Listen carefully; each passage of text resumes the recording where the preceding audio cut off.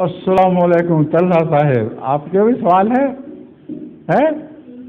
اب لڑکوں میں تو نہیں آتے سوال و جواب والے میں، کیا وجہ ہے؟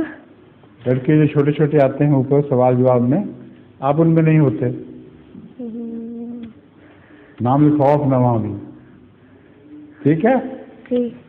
آپ سوال کرو۔ السلام علیکم حضور، میرا نام ہے، وعلیکم السلام رحمۃ اللہ۔ میرا نام طلحہ قریشی ہے اور میرا سوال ہے جھوٹ بولنے کی کیا سزا ہے؟ جھوٹ بولنے کی پہلی بات تو یہ تمہیں خیال کیوں آیا جھوٹ بولنے کا؟ تم تو بڑے سچے بچے ہو۔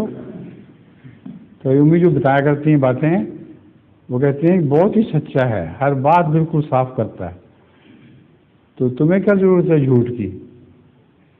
ہر بات منہ پہ کرتے ہو بالکل صاف، کیا کسی کو برا لگے؟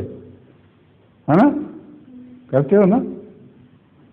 اور مجھے یاد ہے تمہارا، پہلے تم میرے پاس آتے تھے تو تمہاری امی جو شکایت لگایا کرتی تھی نا تمہاری بیہودہ باتوں کی، تمہیں بڑا غصہ آیا کرتا تھا، واپس جا کے کہتے تھے کیوں آپ نے ایسی شکایت کی ہے؟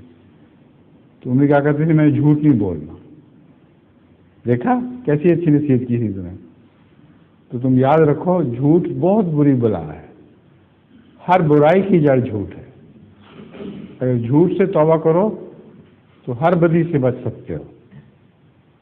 اللہ بھی سچ ہے، اس کا نام ہی سچ ہے، تو جھوٹ کا تصور بھی نہ کبھی کرو، ٹھیک ہے؟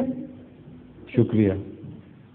ظہور مہدی آخر زمان ہے،